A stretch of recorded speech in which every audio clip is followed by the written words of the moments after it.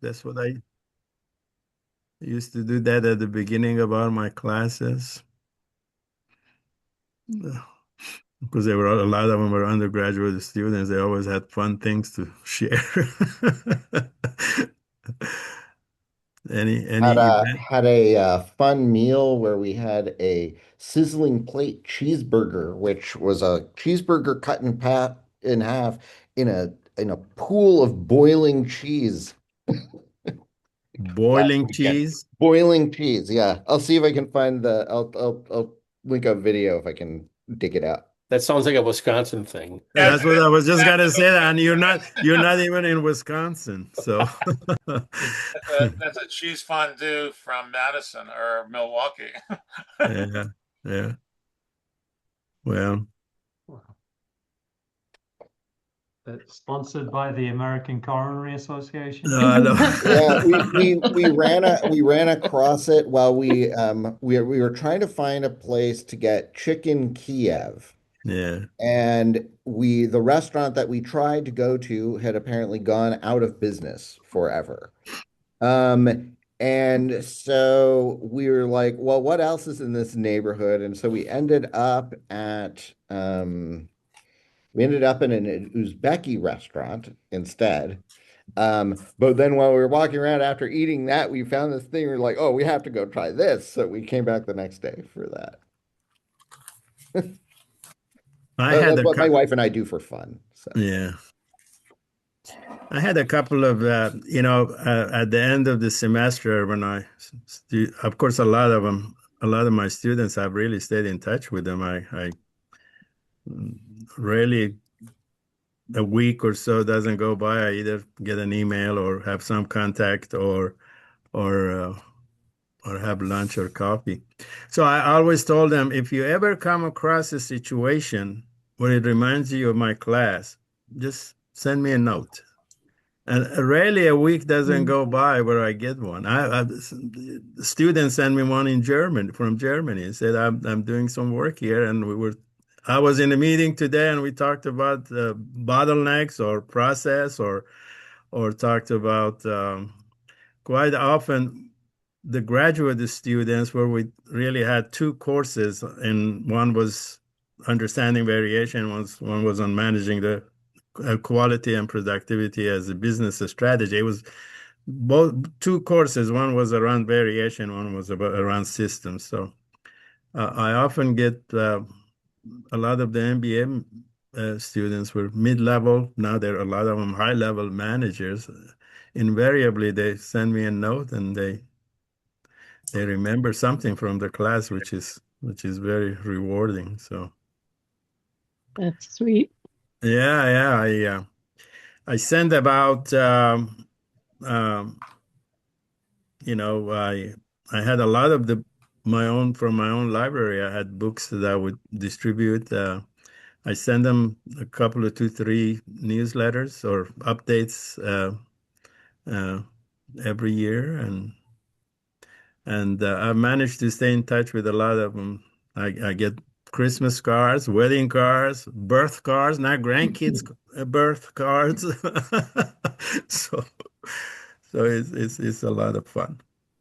All right, so why don't we go ahead and get started and continue with our discussion. So when I share my screen, it's full screen, so I rarely see anybody. And so if you raise your hand, I won't see you. Just jump in and say something, and that's fine. So let me share my screen here.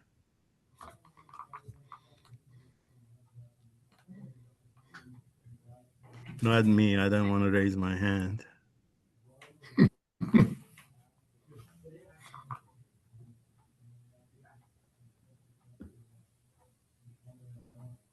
Okay, so you see my screen? Okay.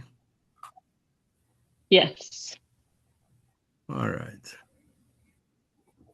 Is my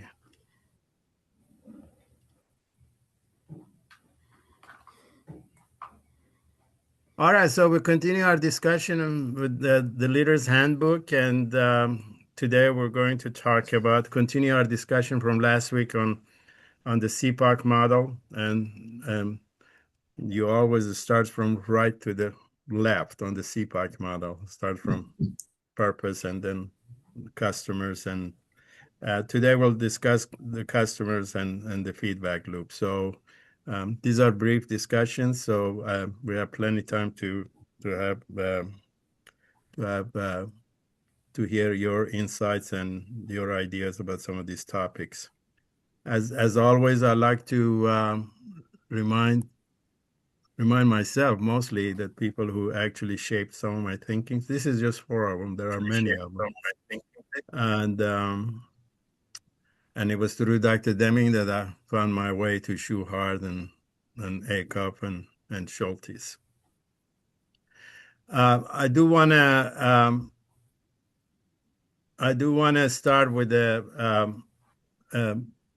quote from Peter in his book early on, and the idea of the relationship between complexity and simplicity. Says today problems and needs are complex. We cannot make progress by applying simplistic solutions to complex problems. The system of profound knowledge, allows us to see complexities more clearly and deal with them more realistically. And then he uses a quote by Justice Oliver Wendell Holmes. He's one of the early pragmatists and has written a lot of the on law and pragmatism and prediction. I wouldn't give a fig for the simplicity on this side of complexity, but I would give my life for the simplicity on the other side of complexity. And I think that's really a very profound.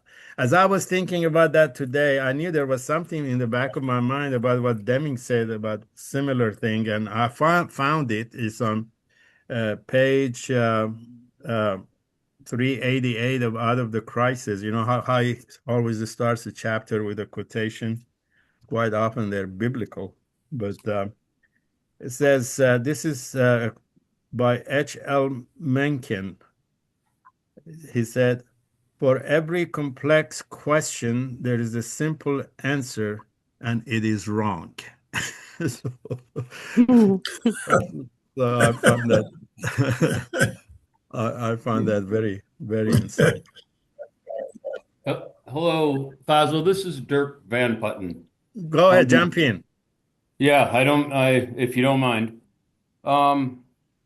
Where I live in Western Michigan, West Michigan, it's the home of a lot furniture, Herman Miller, Knoll, Steelcase, etc. And so I've been exposed to some really very elegant furniture design, both office and home. And I don't know if making a chair or a piece of furniture is a complex issue, but some of the most beautiful, elegant designs are simple. They have solved the problem of how to make a comfortable chair also very attractive, and the best are the simplest.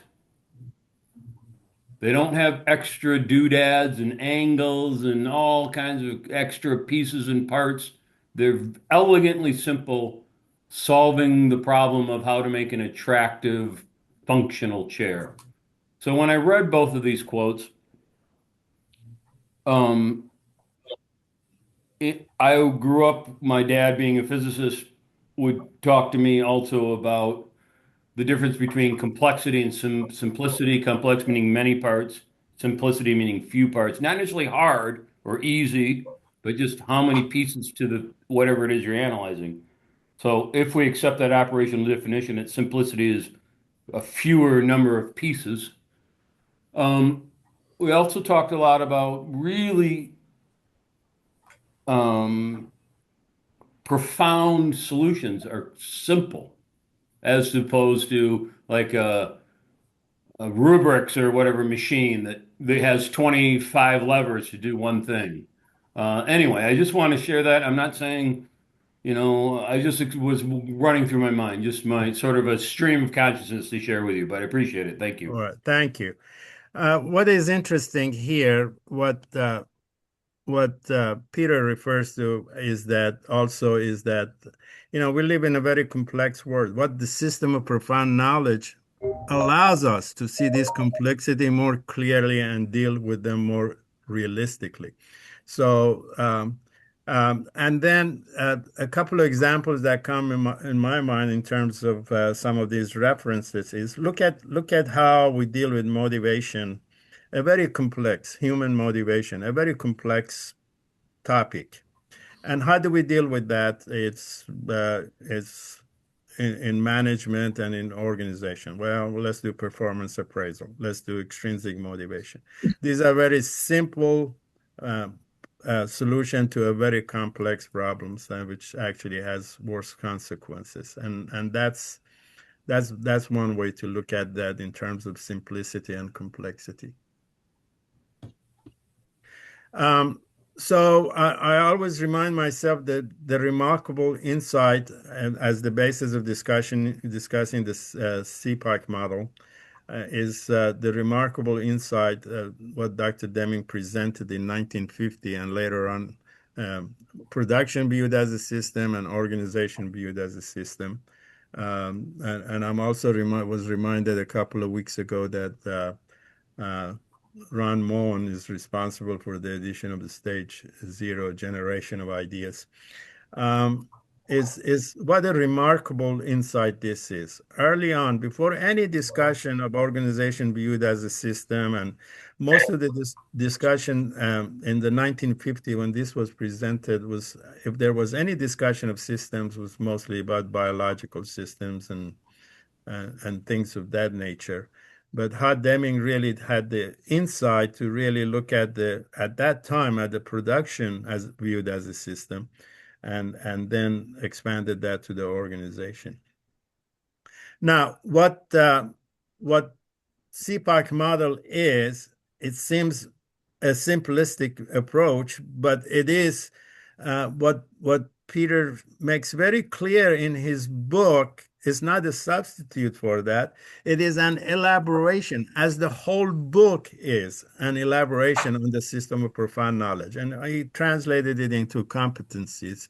But it is an elaboration on Deming systems view. It essentially tried to translate this into a more workable and accessible format model, and it's I find this very helpful, particularly working with organizations and students to actually look at it from a practical point of view. And it does says it's an indispensable first step in understanding how the new philosophy applies to daily work, people's daily work. So to me, that's really essentially an operationalization of the philosophy. It helps us to understand the concepts and the system of profound knowledge and help us a way to understand the organization and the process is viewed as a system. And he suggests that we start from right to left, and last week we discussed the purpose. Today we're going to talk about customers and the feedback loop. So as the basis and the foundation of that is, I like to rely on what Deming originally said about the customers. That the customer is the most important part of the production line. Quality should be aimed at the needs of the customers, present and future, not just today, but the present and the future. And in the model, he makes that very clear. You start from here, and and and and you begin from here, and that's in the organization viewed as a system. So, so quality should be aimed at the needs of the customers, present and future. I've really enjoyed trying to refresh my memories on some of these things by going back to Out of the Crisis. I think that's a book that we should consider um, uh, developing study groups. uh, out of the crisis and the 14 points. It will not suffice, and we get back to this quotation later. It will not suffice to have customers that are merely satisfied. An unhappy customer will switch. Unfortunately, a satisfied customer may also switch on the theory he could not lose much and might gain. Profits in business comes from repeat customers, customers that boast about your products and service, and that bring friends with them. And that's very important, especially when we get to the Kano model and the different levels of customer care need characteristics. That we need that profits in business comes from the repeat customers, customers that boast about your product and service, and that brings friends with them. Boasting, this is a really a very very important description, and Connor later refers to him as delighting the customer. Boasting is really a very good description of how we need to, what type of customers we should have. They boast about our product, or what kind of quality we should have that the customers boast about it. And then Scholtes translated that, and the word I like in this is capabilities. What capabilities do customers gain as the result of interacting with your organization? I think this is really a very good description. And that was always a question I posed to whether my classes, at the graduate level, or when I was working with different organizations. In meetings, I would ask them, what capabilities, of course, after the discussion of what that means, what capabilities do customers gain as the result of interacting with your organization? What can they earn? What new development they earn and as the result of this interaction with you and not anybody else? So I find that very insightful to uh, something has to some benefit the customer should receive as the result of interacting with our organization. So, so to continue along those lines, uh, Peter introduces a very interesting idea calls it customer in thinking and mentality. That and going back to what Deming said, the consumer is the most important part of the production line. Quality, and this is if you assume this is the production line, this is the most important part. Quality should be aimed at the needs of the consumers present and future. So uh, compare and contrast these two models. This is the train wreck or hierarchical relationship. There is no place ever mentioned or covered in this model as it relates to customers. There is no place. If you look at any of the organizational chart that is this model, you never see anything about the customers. However, in this model, everything begins with the customer. So it begins with that. So what customer in thinking or mentality is perspective of a system that creates a different attitude and approach to customers. That the customer is a part of our thinking, as a part of our mentality, as a part of us, versus product out mentality. Product act mentality, as he suggests, is at best is a tactful arrogance. The marketing department is focused on sales. What can we do in the naming, describing, packaging, positioning, and advertising of this product or service to take advantage of the buying habits of potential customers? I sometimes I've been in so many of these meetings. How are we going to brand this product? How are we going to brand ourselves? That's nothing more to me. It's really an intellectual deception, trying to pull a fast one on the customer on a product that have no need for and is shoddy and is poor quality. How are we going to repackage that and sell it as a new product? I think that's what this. I mean, there are even detailed discussion and lectures on how to rebrand. That's essentially what that means. We start with what we're going to make and how to push it onto the customer. That's what product ad mentality is. The focus is on marketing, on sales, on rather than on a product and a service that really begins with the consumer in mind, not with the product in mind. So in the customer in thinking and mentality, we internalize in our everyday routine and reflexes. Systems thinking will lead us to customer in thinking. We when we in, when in, internalized our everyday thinking and routine and reflexes. What I want to say, we had a discussion. I like this word. We had a discussion a couple of weeks ago about unconscious incompetence, unconscious competence, and so forth. And we got to this where we have unconscious competence. That is, we're doing the right thing. We don't because we don't know any other way.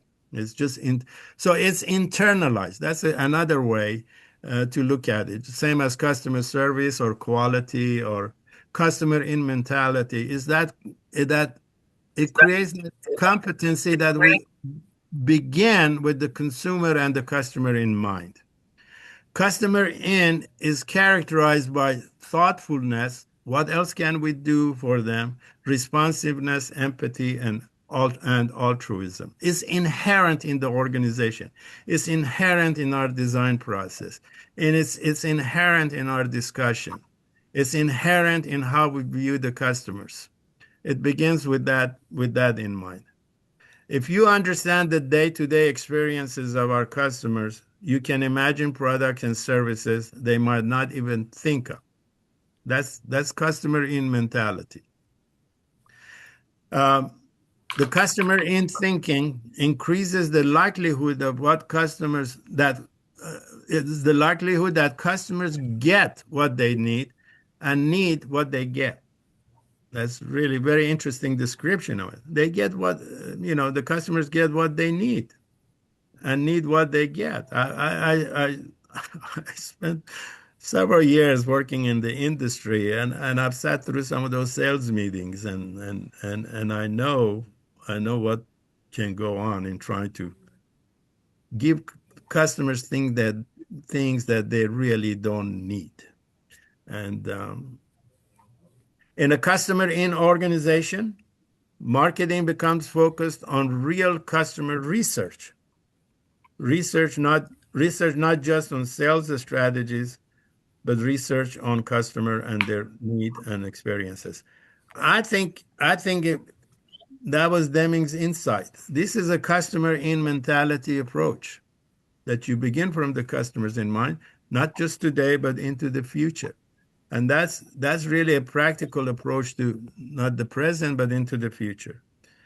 A practical approach to this customer in mentality. It becomes inherent. It's internalized. You begin with the customers and what their needs are. So, having said that, the other discussion is who is the customer, and Peter suggests some important notions about the customer. Then again, going back to earlier suggestion, that what capabilities do customers gain as the result of interacting with your organization? So some notions about that is in terms of who the customers is. Purchases are not necessarily customers, and you might be buying a gift or buying something for your kids or grandkids or so forth. You pay for it, but you purchased it, but you're not necessarily the customer. Customer is one who uses the product, and customer is one who benefits from the service. So customers must be identified at the point of application. In a hospital, the patient is a customer. Oh, there are a lot of stakeholders. There are a lot of stakeholders in there, but we have to distinguish between customers and stakeholders, and they're important. the insurance companies or the other services that goes on. But where is the point of impact? I think that's really very important. Being in education and higher ed and working for universities and um, all these years. And where is the point of impact? Is the student. It's not the legislature. Yeah, they provide money for schools and not accreditation agencies. Yeah, they accredited your program, but not the parents. They pay for the education. The point of impact is the student, and their learning process. There's there's partly kind of how you choose to frame it, right? You could also frame it society is the customer and kind of students are the vehicle. That's true, Ian. And that frame it depends on how broaden the boundary of your system. Yeah, an education system. Yeah, the future employer could be a customer because uh, the society, how the society benefits from that could be a customer. So that's true. There was a Education's a little bit of a difficult example, right? Because if you think about responding to the desires of a customer, as you might in a typical consumer market. In the case of education, what the student desires or wants might not be what is in their best interest. It might not be what they need. So you have a duty in education, right, to give them what they need, not necessarily what they want. So it's a little, it It's has some characteristics that are yeah. a little different, right, than a framework that kind of comes out of more of a production Yeah. kind of a mindset. There was a really interesting episode of Econ Talk last year about this book about tuba and band and marching band and things in the as a vehicle for like helping students to be like better and have better outcomes in life. It was super interesting. I'll post a link. But I don't think these are at odds with education. I don't actually think education is all that different.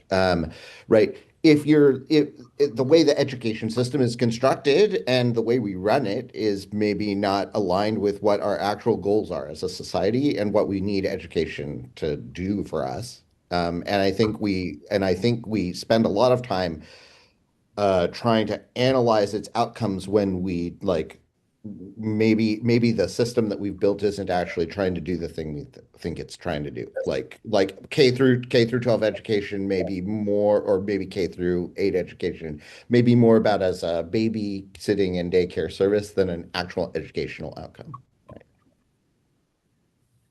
And that might mean that it's got the wrong focus, and that's why we don't get the outcomes we want.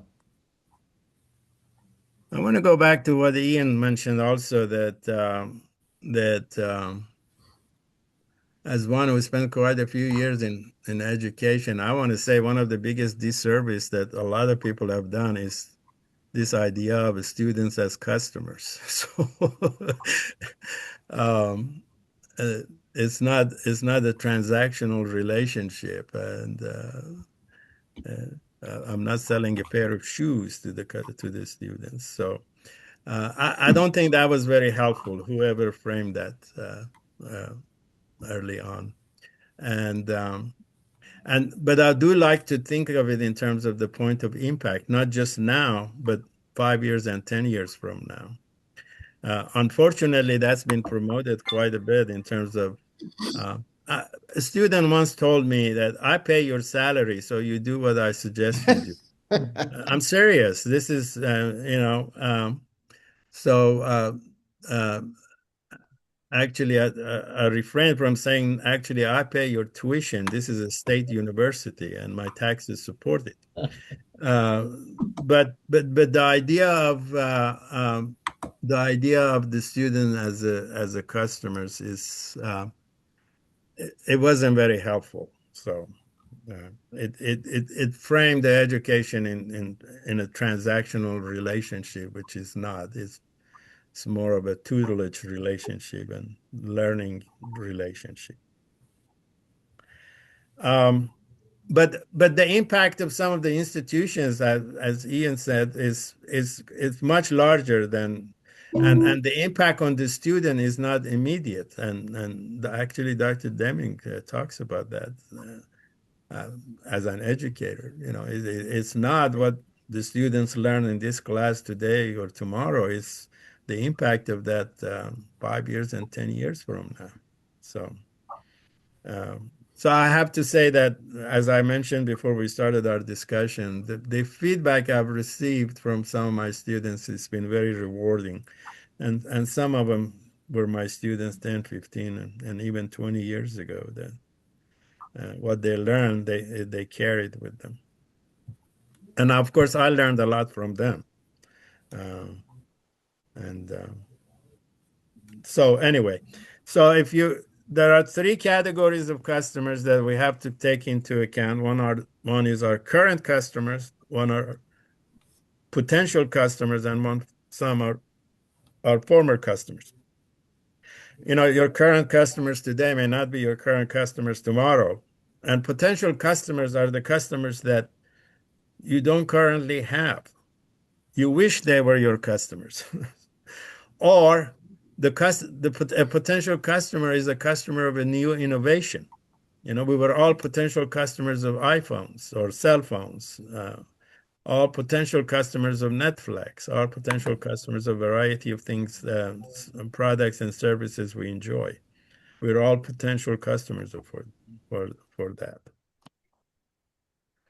Now, in terms of who is the customers and what their characteristics are, I like to introduce the Kano model. Peter was very keen on the Kano model, and over the years, I've become very keen on Kano's model. The Kano model is a reference to Noriaki Kano. He's not now. He's late in age, professor at Tokyo University, and quite quite a thinker in this area. He expanded on Frederick Herzberg. We talk about Frederick Herzberg and the theories of motivation later in some of the competencies. He tapped into that. Just briefly, what Herzberg offered was the two-factor theory of motivation. There is hygiene and motivation. Hygiene factors are the ones in the workplace that uh, they're there,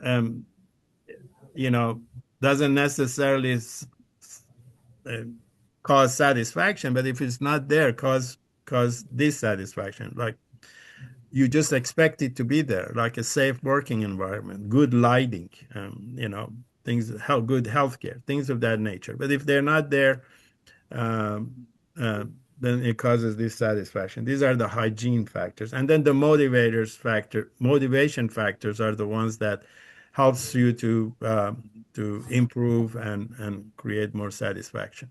So what Kano did, Kano tapped into these some of that, the two-factor theory is one of the things that Herzberg suggested.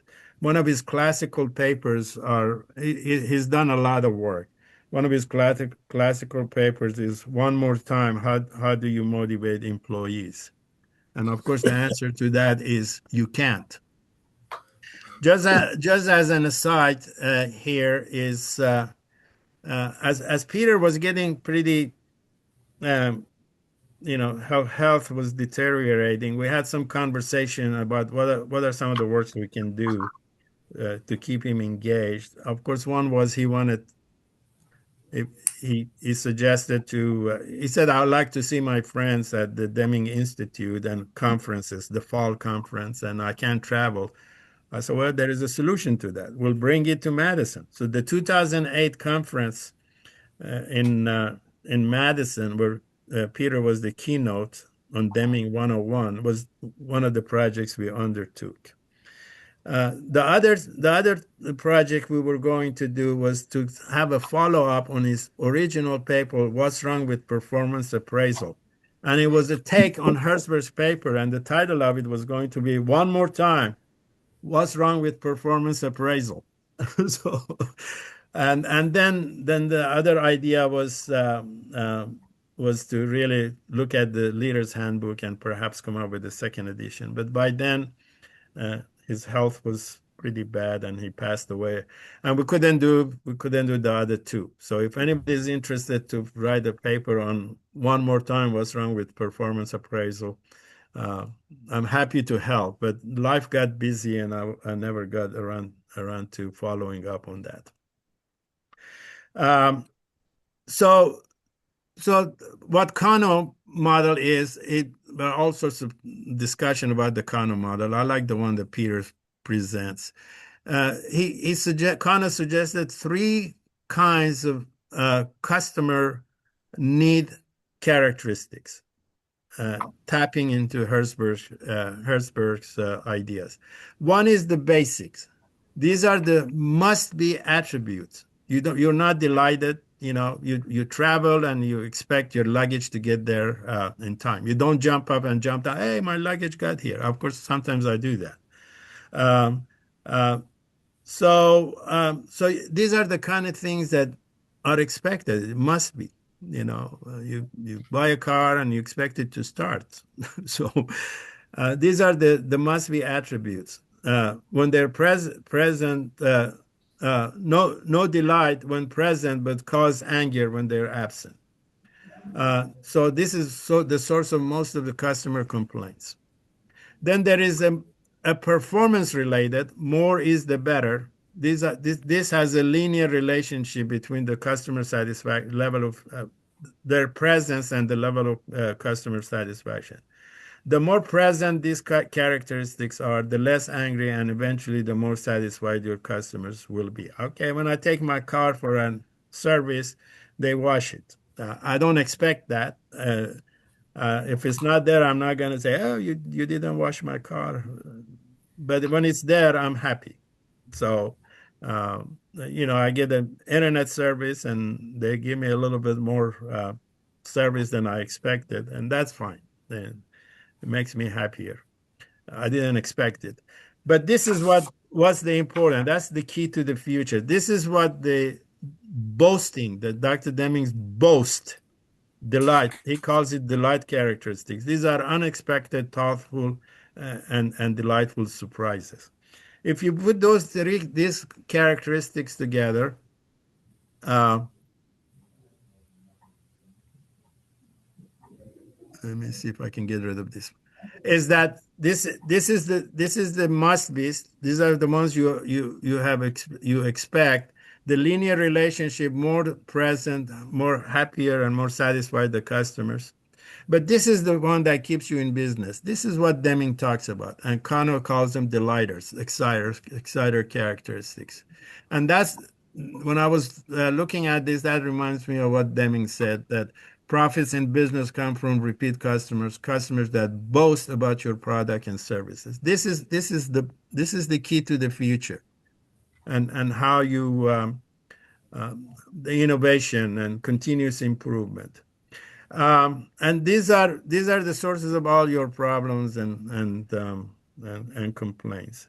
As Peter says, a good rule of thumb: if you haven't taken care of the basics, don't work on the delighters.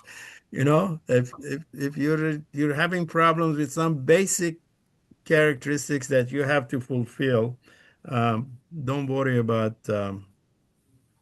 others. Focus on those. You know, And I go I ahead. think I'll offer maybe an additional perspective on that. That Sure. the presence of delighters and exciters can reduce the sensitivity to basic characteristics not really being met. Right? So, for instance, if you look at warranty performance on vehicles, warranty is you're not expecting to have warranty, so absence of it doesn't really cause delight typically. The presence of it usually causes dissatisfaction. So it's there in that basic characteristics. something like acceleration or whatever, maybe in the performance characteristics, and some of the image or unexpected characteristics in a vehicle. So if you look at warranty data, for instance, at General Motors, and you look at comparative warranty performance, like for a Corvette, might be quite a lot worse than for just a kind of standard Chevy saloon car. But the dissatisfaction from that warranty level is less because of just kind of the things that are really more in that delighter category or performance category with the vehicle. So I think there is not that you should focus on those things in order to not take care of the basic characteristics, but I think there is a degree of interdependence. Yeah. Between. Anybody else? Yes, there are people that go to restaurants and the basic may be the meal, but the reason they're really there is to drink the caipirinhas. They make fabulous caipirinhas, so they put up with meals that aren't quite as good. Yeah. Gosh, that sounds like that might be a very personal example. Well, and if you're sufficiently drunk, are you going to even be able to tell what the food tastes like? Well, and part of what y'all's thoughts have also led me to is that not only is there interdependence between them, but it also depends on expectations. Because if we go back to the Corvette, part of the reason why people are more accommodating or less upset about the reliability factors is that that's not why they bought the car. But if that was a Volvo, even a very high-end, very expensive Volvo, or maybe even especially a high-end, expensive Volvo, then no matter how many other delighters are sitting on that car, if it doesn't deliver on its primary promise, then we come back to the original flowchart. Oh, is this why my computer is frustrating me so much in my old age? I think so. Something that is to be noted also along some of the discussion is that something that is a delighter today, it may be a basic tomorrow, and and the other one is that delighters, the innovation. It reminds me of what Deming said one time. I either read it or in a conference. He said that the customer, everything that comes is from the suppliers. The customer has no, the customers get what you give them. So innovation delighters is almost never suggested by customers. But this is by Peter, but awareness of customers and their experience can suggest this type of breakthrough to the creative leaders. So, yeah. So, and I'll share a couple of questions with you later as it relates to the model. It's really a great exercise. Any other comments before we move on? I think cup holders are kind of an example of that, right? When there were no cup holders in vehicles, and you went in the first vehicle with a cup holder, it was in the delighter category. It was just like, Yeah. I wasn't expecting it. I didn't even realize that I needed one to put my cup in. I was completely used to gripping it between my thighs or whatever you did before then, and it was a delighter. But now if you don't have a cup holder in a vehicle, it's in the basic characteristics, right? You can put however many cup holders in it, it's not going to get more delight out of it, but absence of them is going to dissatisfy people. Well, and if the cup holder is bad or like wonky in some way, it can be extremely frustrating. Oh, this one isn't deep enough for my cup. That's the Or grips it with can't buy this car. Sorry, I ridiculous gotta get amount a of different force. one. Yeah. Have you tried lately to back up without a rear camera? So, I mean, it was a delighter. A lot of these gadgets we have, comfort things they were delighters. Now they're just routine, basics in many cars. So, okay. So something that as it relates to current customers and the Kano model, Peter suggests is, um, you know, uh, using the Kano model, express the following with at least with your current customers. What are the basics? How well are you doing on them? Can you really, and these are the questions I pose in a lot of my teaching and lecturing and consulting, and particularly with groups of managers. Uh, I would ask him, what are the basics that that you think the customers should have, and how well are you doing on relating to them? What are the performance related characteristics, and how are you doing on them? What more can you do? It's amazing to me that how often this was a stunning. I mean, they looked stunned when I asked them a question like that. What is it? What is it that you think are the basic needs of character needs of the customers are? And maybe somebody would come up with one or two ideas, and then it just flows into just this generality and discussion about mom and apple pie and all of this, and nothing is specific was it. And then how are you doing in relations to them? Okay. What data do you have to support how you're doing in relations to them? If you think this is a basic need of the customer that you have to fulfill, how are you doing in relations to them?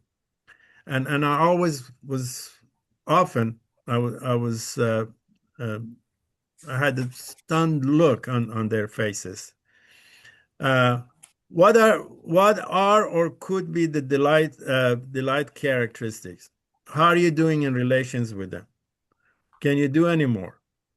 Uh, as we said earlier, innovation delighters is almost never suggested by customers, and but awareness of customers and their experiences can suggest this type of breakthrough to the creative leaders. A good question would be, what do you think your customers need? And Deming says that. What are you doing to be in business 5 years or 10 years from now? And it falls into these delighters and new things, and customers boast about them. What do you have in the pipeline? What innovation do you have in the pipeline that you think uh, customers need 3 years, 5 years, and 10 years from now? What are you working on? I mean, I just recently had a conversation with with an accounting firm, and that was my question. You think that, uh, that tax preparation is going to be like this 5 years and 10 years from now? Or what the customer needs are in terms of tax. Well, why do you file taxes at all to begin with? I know it's a government requirement, but what are you doing? What does it look like 3 years from now or 5 years from now? So in the book, there are some breakthrough improvement phases he suggests, and then one of them, as it relates to the customer data, uh, as I just suggested, these are some of the questions you ask. Some of these relating to the current customers and basic needs. Using Kano models, how are you doing? We just went over those three questions. What is the frequency of customers' complaints? What are the patterns of customer complaints? What do you do? What do you do with customer complaints? What have you learned from the complaints? Okay. Which process is not meeting customer demands? And I asked this specific question to people in a high position that they need to go and investigate. Quite often, some of the people at the lower level may know, but people in the position of management, they don't. They have no idea, or they have no data to look at as how they're doing in relations to them. So this is the exercise I usually give them. Who are your customers? And this is really has been, over all these years, this has been the eye opener to me. List 3 key quality characteristics. I used to ask for 5. but I could have reduced it to 3. And nobody knows. How do you know this? And they come up with some generalities. I don't know. In one meeting, this was a group of bankers. Somebody said, "Well, we're on first name basis with our customers." I said, "Well, that's very polite and nice, but that is that a key quality characteristics? You know, how do you know that these are key quality characteristics? And how do you measure these key quality characteristics? All right, and how are you doing in relations to them? And this is essentially where's your data? If you say this is a key quality characteristics, just give me 3. And it ought to be the topic of the discussion in every meeting. And how do you know? How do you know this is important to customers? And the current the answer, oh, we're here to satisfy customers. And I always say, well, have you ever seen anybody who was in business to dissatisfy the customers? Have you seen somebody hang a shingle and say, oh, we're here to dissatisfy customers? Yeah. As Deming says, you don't have to plan for obsolescence; it just moves in. and and and so how are you doing? And this is really a good exercise if you're working with anybody in terms of helping them work through those things. So the other feature characteristic of the CPAC model is the feedback loop. This is a sort of a global feedback loop, but internal processes have feedback loops also. And the feedback loop it really gets a bad rap. Screaming at somebody is not a feedback loop. Shaking your finger at somebody is not a feedback loop. Um, Yelling Monday morning, oh, starting today, we're going to do this and that. That's not a feedback loop. Feedback loop, as you see here, what Deming suggested, you see, this is a feedback loop. Consumer research is a feedback loop. The feedback loop is a technical term, has a technical connotation. It's a system term. And if you just look at a couple of examples, the thermostat in your room, in your office where you're sitting right now, is a feedback loop. It's a mechanical feedback loop. It continuously scans the environment, collects the data, which is temperature, and send it to the compressor. And if it's necessary, it makes an adjustment, either warms up the room or cools down the room. That's a feedback loop. We have biological feedback loop. My nervous system is constantly scans the environment, the temperature. If I'm cold, I shiver. If I'm hot, I perspire. That's my reaction to the feedback loop. So if you look at that, some of these 2 examples, your cruise control in your car is a feedback loop, works on a feedback loop. It scans the surface of the road and sends the information to the fuel injector and then adjusts the fuel and maintains the speed. So all of these have 3 characteristics. One is a feedback loop is a continuous process, right? And it's based on data, these 3 examples we used, and it should lead to an improvement.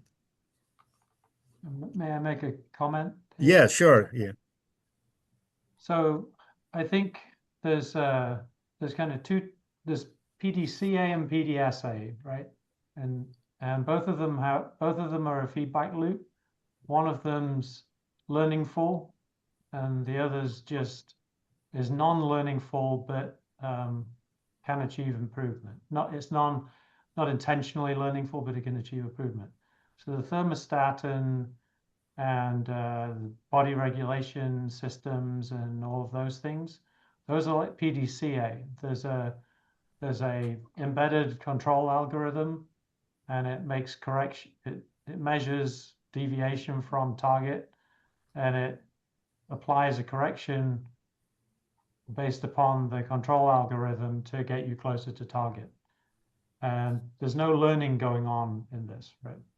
Whereas I think in this, I think part of the Deming's intent anyway was that this really is a version of the plan, do, study, act cycle, right? And so in that there's a articulation of a theory. In this case, it's going to be a theory having to do with kind of what it is that's of value to customers and what kinds of products and services might effectively meet those needs.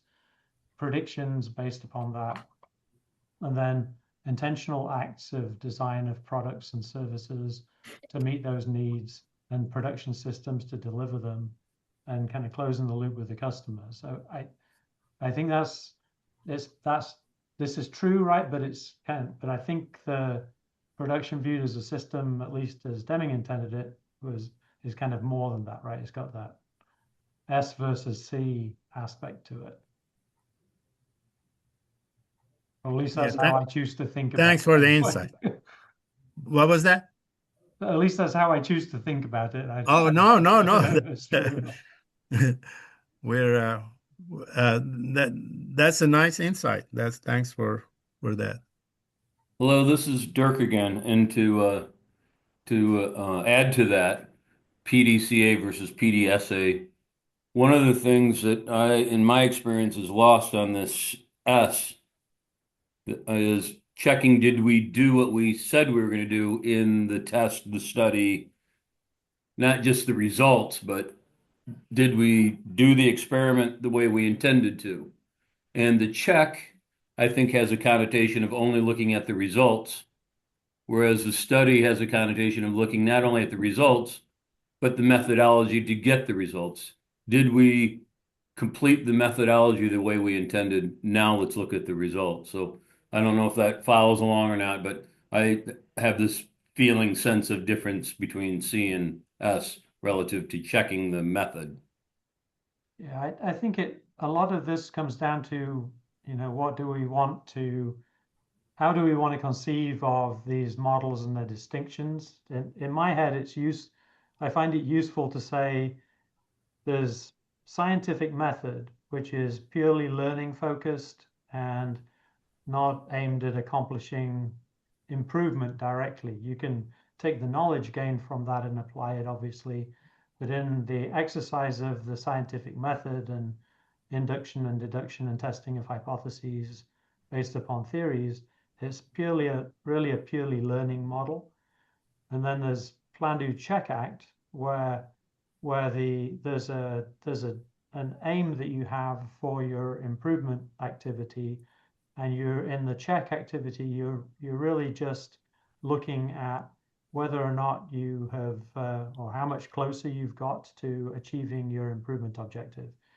The revision there, I think, can incorporate both we just didn't take an adequate control action, or we didn't really implement the plan the way that we ought to. So I think it can incorporate that distinction you just raised, Dirk.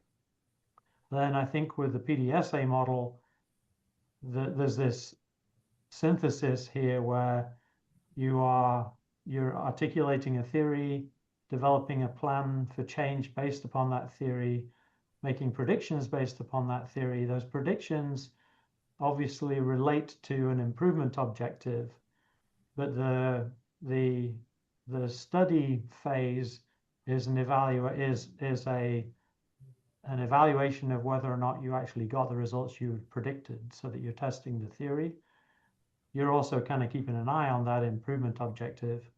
You still have that, maybe we didn't get what we predicted because we didn't really implement the plan properly, or we didn't measure properly, as opposed to the theory itself not being valid. But I think it's almost like two cycles going on at the same time with PDSA, and the way I have it framed in my head anyway.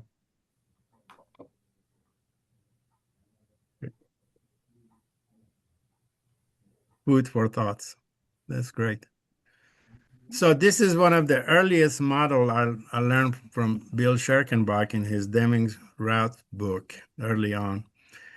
He distinguished two feedback loops. One is the voice of the customer and one is the voice of the process. And he suggested if these two don't match, then you have a gap in the system.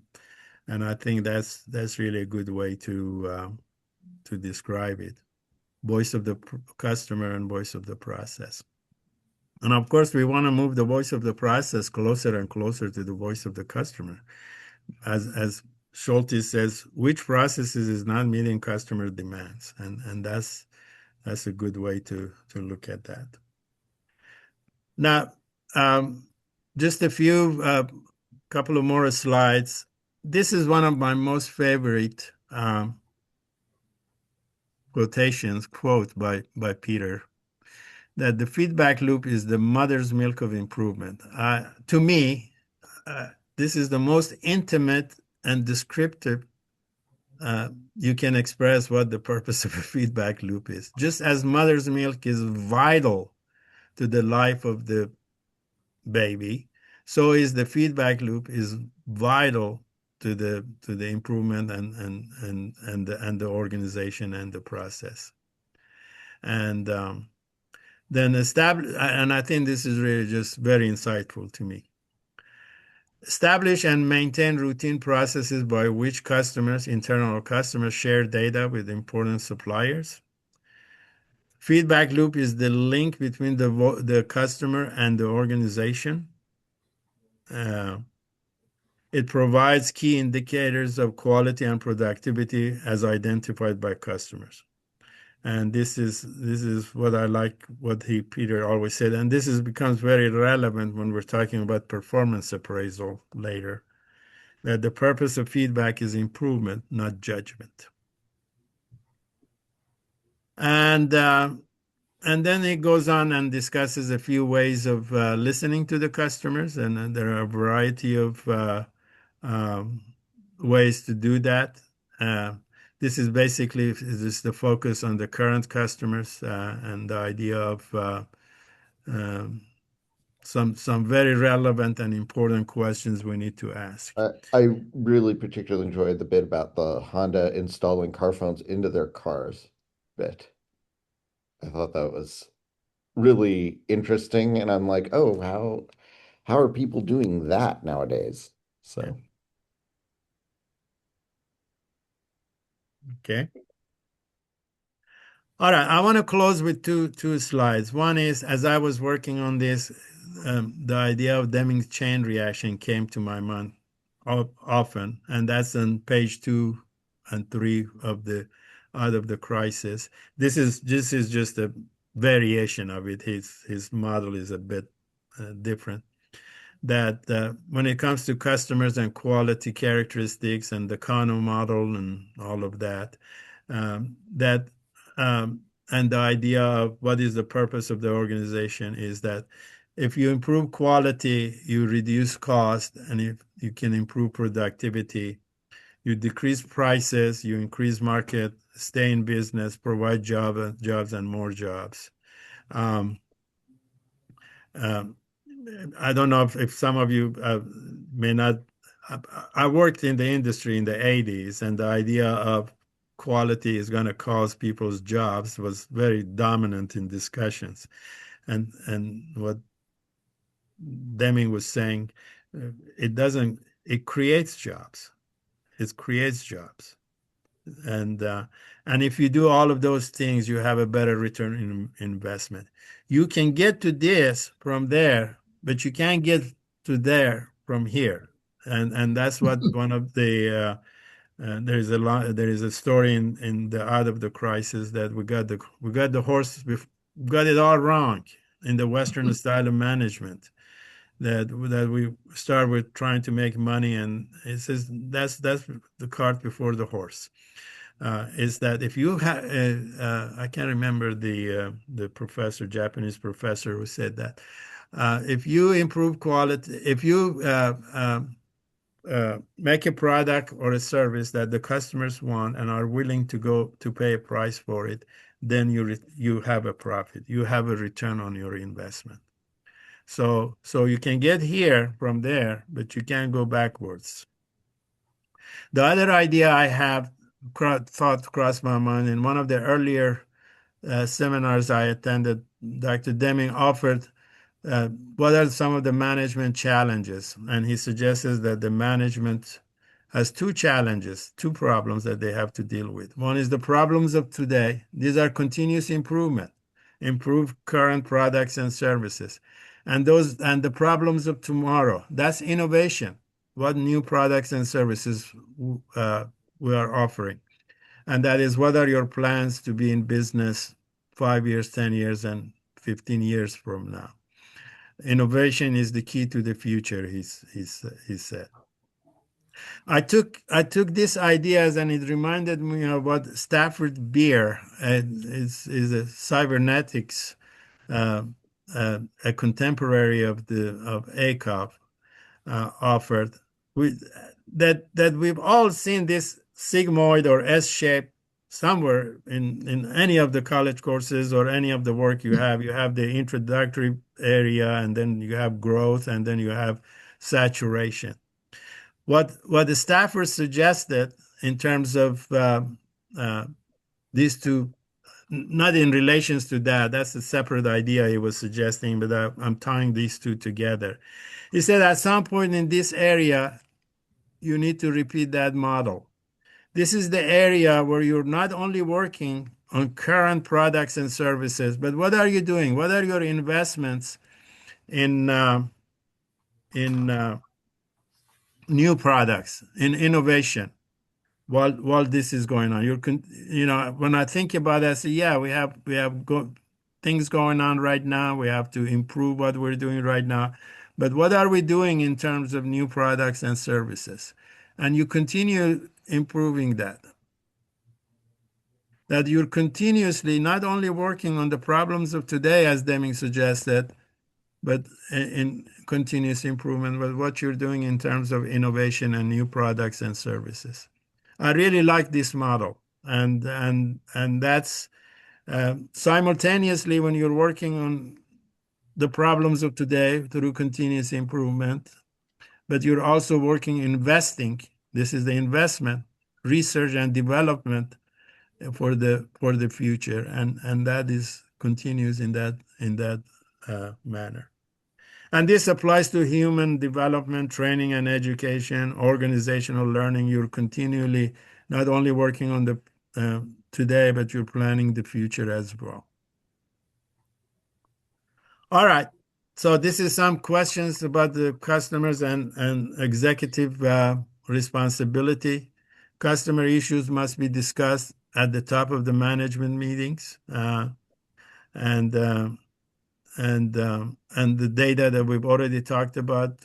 What kind of data you need in order to, first of all, how do you know what the customer needs are, and how do you know that, and what data do you have in terms of how you're doing in relations to those?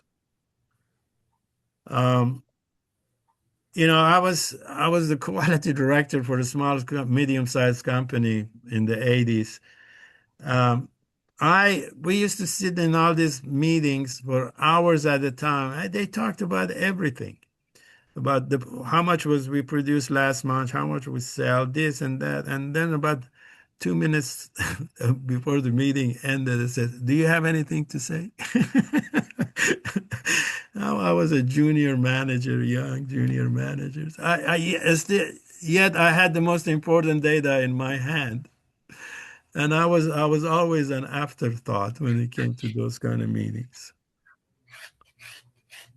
All right, so this is some of the discussion questions that I have. I'm gonna stop sharing maybe, and just use it on a slider. I suggest if you're working with somebody right now, these are relating to the help them identify what the key quality characteristics are. What capabilities do your customers acquire? and help them develop the Kano model, and how they're doing in relations to them, and then identify some of the feedback loops as it relates to our discussion today.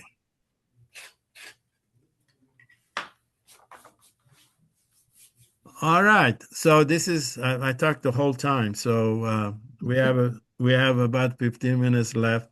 Do you want me to bring back the slides at least for any discussion, or just want to jump in? A comment maybe. I really like that question of, what capabilities do your customers gain by interacting with you?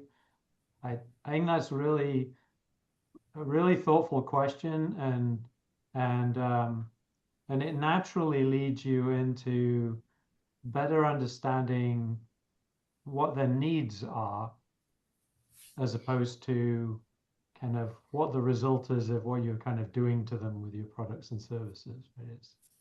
I guess that's a neat. Thank you, Ian. I think this word before some next one jumps in. I think this word really. Oops, I lost it. This carries a well. This capabilities really carries a ton. That word. What capabilities do they gain as the result of their interactions with you and no one else, or someone else rather? What do the customers, what should they do business with you than somebody else? I think that's maybe a more another way Yeah, of saying. and you can apply this as an internal organization, right?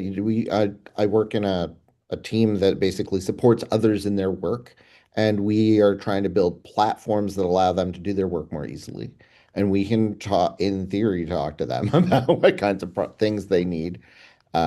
Though that's been communication is So challenging. if you were sitting in that management meeting and you said that, what would be the question to you? I always like to put people on the spot. Yeah, Well, you say you use the word easily. What does that mean? yeah. What is So the right, operational definition of easily? How do you yeah. know? How are you doing in relations to being easily? Yeah. Well, the way I formulate this is that I want the developers and teams I support to be able to do their work um, in a single place, right? So since we do so much of our work in Slack, Slack is where the interactions with your tool should happen instead of going elsewhere and trying to bring everything so that it is centrally located. And that's been a core philosophy of mine for about a decade now. Right, and basically trying to bring the work together into a central space, because the way we've often done it is it's like, oh, it's all fragmented, there are pieces here, there are pieces there, right, and that makes it hard to work because you're constantly having to switch contexts. And so we're trying to minimize context switching is the what I'm So is that trying. translated like, the work is scattered or this? So if you had to measure that some way to say, no, it's better than before, what is that?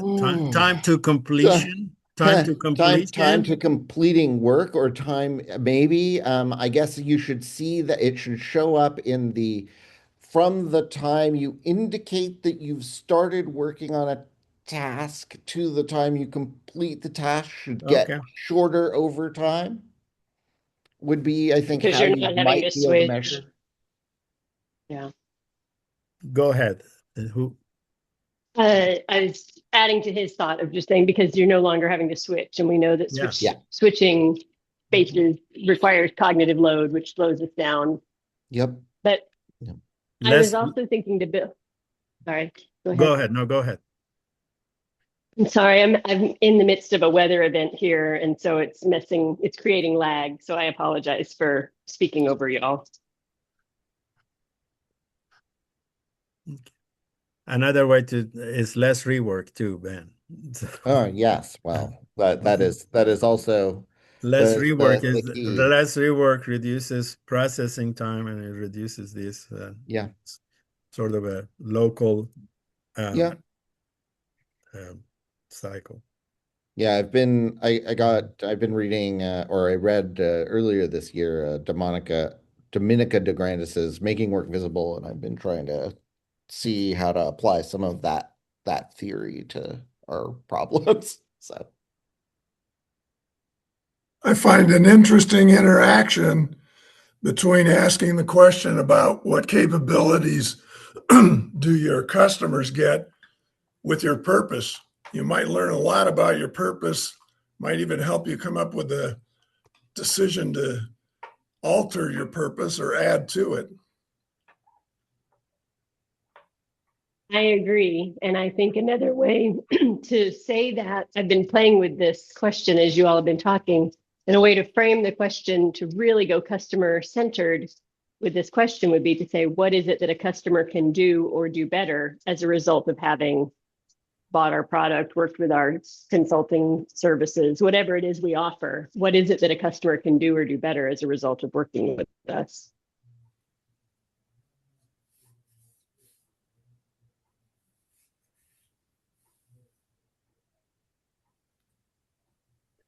You're muted, Dennis. And there is an aspect of that. It goes back to the Deming chain reaction that you had depicted earlier to kind of kick off from Jamie's comment. In government, this idea of having loyal customers is a little bit twisted because there isn't typically a competitor unless you have a revolution. So the way I think about it is that if you use the Deming philosophy, if you use the learning that we get from PDSAs, if you understand the variation and use the SOPK in your work in government, you have an opportunity to provide more service to society, more services to people who are in need, who have paid in advance for the services that they need from government, at least in the free world. Yeah.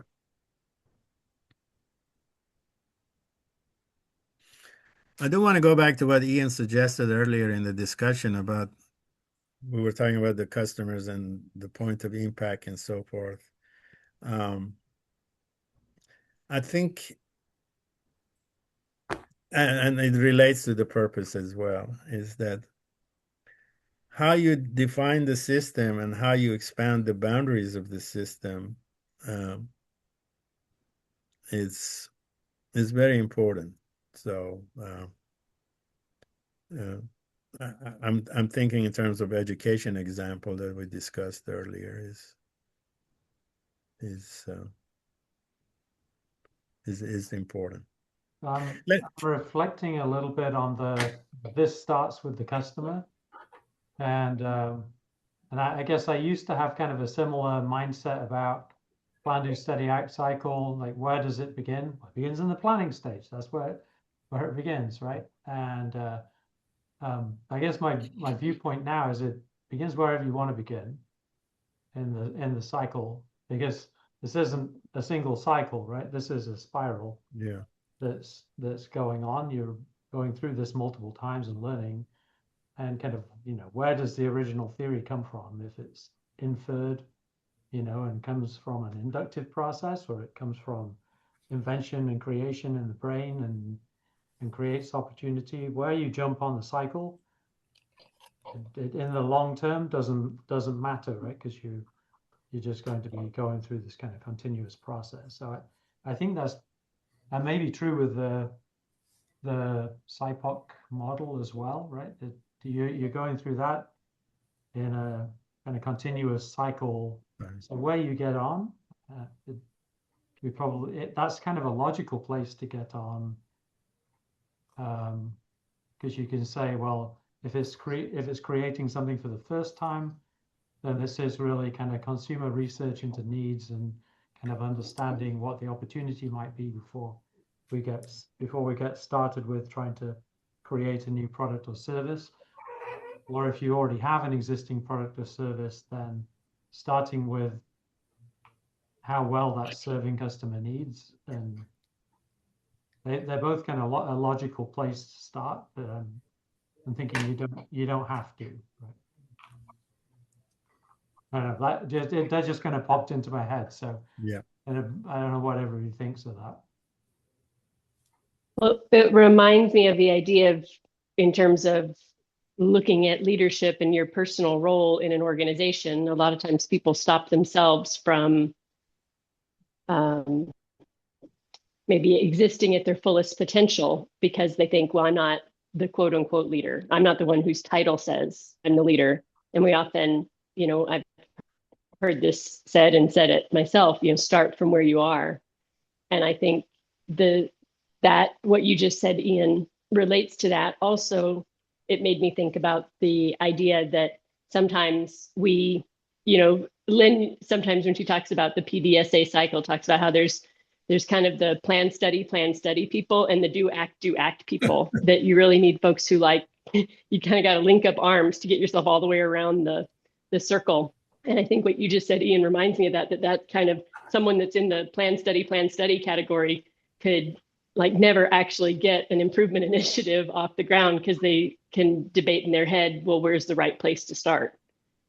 Well, And you're kind of saying, get the off the dime. do people, right? Yeah, That's where they what John Willis of the Profound podcast, he's in the sort of DevOps technical space. He talks about how the DevOps folks are really good at the plan do part and don't do the other parts. But he's really right, and he talks about that all the time on his podcast. My impression of a system is that it doesn't matter where you start. Yeah, it doesn't. You can just go and dig in anywhere because it is all connected eventually, and so you will encounter all the parts if you start poking in any single point, right? You can just start. I find that with the system of profound knowledge, doesn't matter which of the four elements you start with. Right. As long as you start somewhere. That's a good plan, yes. I want to go back to Dennis and Ian and the conversation. It reminded me of a story. There was a community in South Carolina, and I think Myron tribers lived there, and it was helping him to develop a community quality initiative. And just like there used to be several of them. Madison had one, Madison Area Quality, and Tacoma and Philadelphia and places like that. And this was a small community, and I think Myron Travis lived there then and tried to help him. He said they had the same question about. He said one of the projects they have is how to improve the quality of education for children, and he said we started thinking about that, and we just we thought about it, the boundaries expanded, and all of a sudden a thought idea came up. Well, where does that begin? And we realized that the life of the fetus and the nutrition. So we decided that it really begins. That project is a neonatal. It starts from there. How is the quality of nutrition and food and education of the mother? That may have some impact on the future life of the newborn. And he said these are so it depended on how you expanded the boundaries. So they were implementing, do the mothers have proper nutrition? Do they have proper care and things of that nature? Because eventually that affects the life of the child. So, and that was how you expand the boundary of the of the of the system.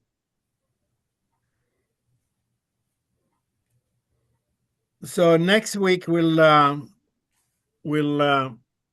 talk about competency 3, how we learn, develop, and improve learning through leading leading through leading through learning, and competency 4, understanding people and why they do what they do. And that relates to some of the psychology component of a system of profound knowledge. And we're working our way, maybe by the time we get to the end, we have a good foundation to really discuss. One of the Peter's biggest contributions was this debunking the system of profound knowledge, not debunking the performance appraisal and what to do instead. And I think that was one of his biggest contributions. So we're I working on. like Deming's comment at one of the 4-day seminars when a student asked, "You told us you don't want us to do performance reviews. What do you want us to do instead?" And Deming said, "Instead, that presumes you think there's a better way to destroy people and humiliate them. You know, It depends on your purpose." later it's the same question to him. He says, "I don't know. Ask Peter Scholtes." Yeah. Can you Just think of a stop. better way? Hmm. Yeah, it's like banging your head against the wall to get rid of a headache. Yeah. You can't replace a disease with another one. That's what he said too. Yeah. Bill, this is all I have. If you want to continue, it's fine. And if you Oh, want I to, don't. I didn't prepare anything. okay, you can always shut it off. You're in charge here. That's one way to say, like, you don't have to go home, but you can't stay here. Like, Leave all. The end meaning, what is it? End meaning for all in Zoom? yeah, I think it is. Uh, Well, friends, it's been a pleasure. And in 2 weeks we'll discuss interactions, one of the competencies, and we'll discuss Ian's paper as well. He'll discuss his paper. I think what's neat about the interactions early on when Peter talks about the competencies that you need in the prevailing style and the competencies he's talking about, when you compare those two sets of competencies, you see a really different view of the world.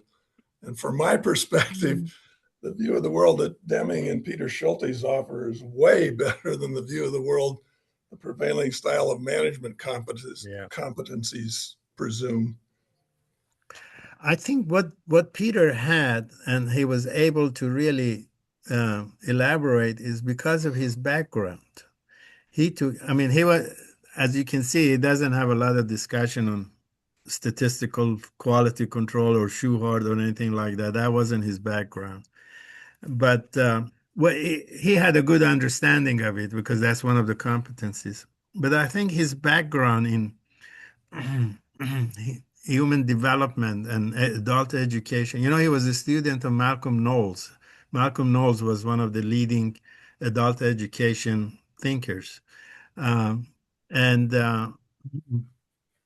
his background in theology, his background in organizational development, and his background in working with people, he took those ideas and he has elaborated. He always gives credit to Deming. He never, but what he did was he just like the CPAC model. He's very clear in all this is just an elaboration. I'm just operationalizing this. This is production viewed as a system. So he was able to get those ideas and really like who would have said that the feedback loop is the mother's milk of improvement? And he has many lines like that in there, and he was a little bit of cynical too, very funny cynical. And so I think that's one of his biggest contributions. How he got the idea of just took Deming's idea of about helping people do a good job and pride of workmanship and those ideas, and he turned it to one of the most effective way of discussing the problems with problems with performance appraisals and what to do instead. And I think that's his contributions. He had such wonderful little little sayings and things. I remember one of them. There's two kinds of people in this. Well, two about there being two kinds of people in this world. One was that there are two kinds of people in this world. The kind of people that think there are two kinds of people in this world, and those that don't, which was great. And then there's two kinds of people in the world. The kind of people who think, oh man, the glass is only half full. And the kind of people who think, oh, the glass is half full. It's just like he was a wealth of those. He was He said so great. one time he said he could say things to Dr. Deming and get away with it. So I think Deming really liked him for that reason of his new perspective. He said, "Why did you change check to study?" Uh, he said, "Well, that's constraining." Deming told him, "This is constraining." I said, "Well, you check the oil in your car. What is constraining about that?" When you check the oil in your car, you look at it, see where you are. That's not constraining. But there's also no learning, right? Yeah, well, he The was, level that it's supposed to be at, and it's not at that level. Okay, add some yeah, oil, you get to that level. And unless you keep adding oil, and it's like, huh, why yeah. doesn't it appear on the dipstick? Maybe you'll accidentally learn that there's a hole in the Well, oil. You it's didn't, also it's an didn't take evolution. put the We drain call it plug the back in. statistical quality control. Well, that was the thinking of the time, and that thinking evolved. So Yeah. I Well, I mean, there's remember, also the term control chart is somewhat problematic, right? In that it, you know, a Right, didn't learning chart is a would be more descriptive of what the intent is of the use of it. If people think about control from a control theory perspective and kind of as opposed to it being at least, well, a portion of it being about learning about variation. It is control in the sense of applying that learning towards improved control of variation, right? But well, it really connotes randomness too. So that in terms of this, the data is in control, is a process that is random and is predictable. Try to use that word when you're talking to a group of physicians. This process is in control.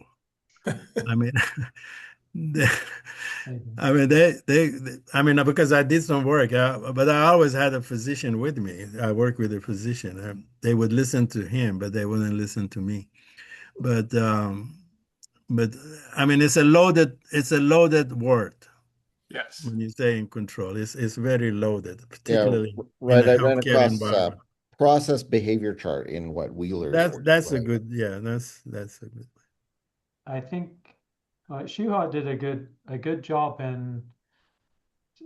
I think a lot of people's reading on statistical process control is based upon Schuhart's first book and a lot of the derivatives, right? The Yeah. statistical method from the viewpoint of quality control, it's really kind of applying pragmatic philosophical precepts to thinking about it. Makes a very clear distinction between statistically controlled variation as a concept, operation, and judgment, right? Yeah. That labeling is also kind of awkward because the judgment in that the concept is a pure ethereal concept, and it's really probably something broader than what we might think of as random variation. But that's like a whole philosophical discussion to itself. Yeah, the judgment part of this is really use of the control chart as an operational definition of whether or not you have an instance of a state of statistically controlled variation. So we've then got this operation, which is not the operational definition. It's the judgment that's the operational definition. So that's confusing, right? But the operation is as a methodology to bring about the state of statistically controlled variation. So he's really clear in kind of thinking through that process. That's what leads to the whole control limits are not probability limits, that it has nothing to do about a distributional assumptions and all of this kind of stuff. It's just like, what there were distributional assumptions in the derivation of this thing in the first place. But the primary thing is we need to have an operational definition of whether or not we have an instance of a state of statistically controlled variation, so that you or I can apply this methodology on a given process and come to the same conclusion about what it is that we have. And that's the operational definition. That's how it's a method of measurement, a criterion that puts communicable meaning into that concept. The concept itself is something that's different in all of our heads. And that doesn't matter practically if we agree that the way we will determine whether or not what we have in practice is use of a control chart. So in that respect, it doesn't really, it's not based upon a conceptual presumption. This is just this is a method, this is an agreed upon procedure that we can apply to make the decision. But I mean, most statisticians have just no idea about those decisions. They don't. It's not part of the training and the thought process. And, you know, and so it continues to be taught in every statistics class that, you know, control limits are basically an ongoing hypothesis test. And, right, you know, and the two types of error are analogous to type 1, type 2 errors in hypothesis testing and so on. It isn't methodologically. Deming was clear on that. Scholtes was, but not as not Deming most would of say. the field. Yeah, as Deming would say, no matter how elegant, how theoretically elegant it is, but practically it's useless. Some of these ideas, some of these old treatments of what Schuart had to say. Albeit Schuart's book is not easy to read. So, and Deming says that. He said Schuart had really had a hard time to teach these things, even though he was so. But there are a lot of people, including Deming and others, later on, they made a lot of good, elaborated on Schuart's work, and they're really just, there's a lot of good work out there. So just to close, now that you brought this up, Ian, not not when I finish with this, and then there is a studies session on profound knowledge, and then following that, I've suggested and is scheduled understanding variation would be the next round of discussion. So I plan to use some of the 1939 book, A Statistical Method from the Viewpoint of Quality, and some of the concepts in there. So maybe you can help with that at that time. Right. And I'll see if you have any old papers out there.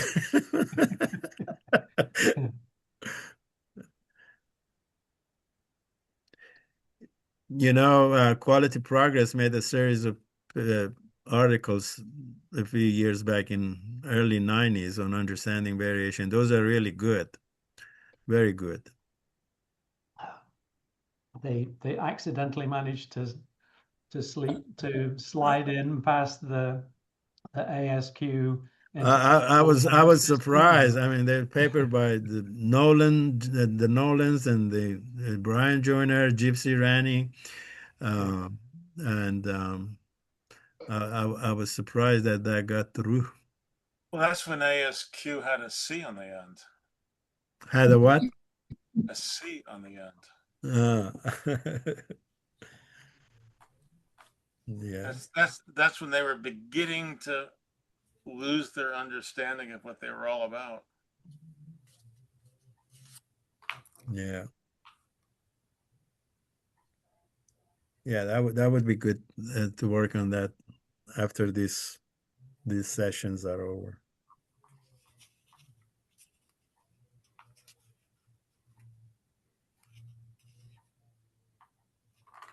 All right.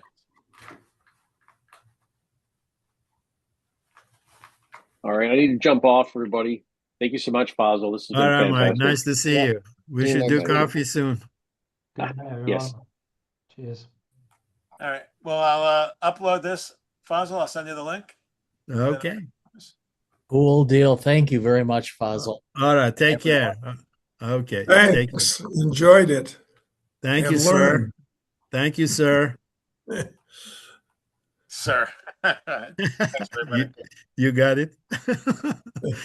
And Fazel, you stimulated a follow through for me. I'm going to send you something about your request for follow up on one more time. What is wrong with performance appraisals? I'm Yeah, going to send you something. Okay. And call All me right. back when you have a chance. Oop. All right, Bill. You cut him off? No. That was him. That was him. Okay. All right. All right. See you. All right. Bye-bye.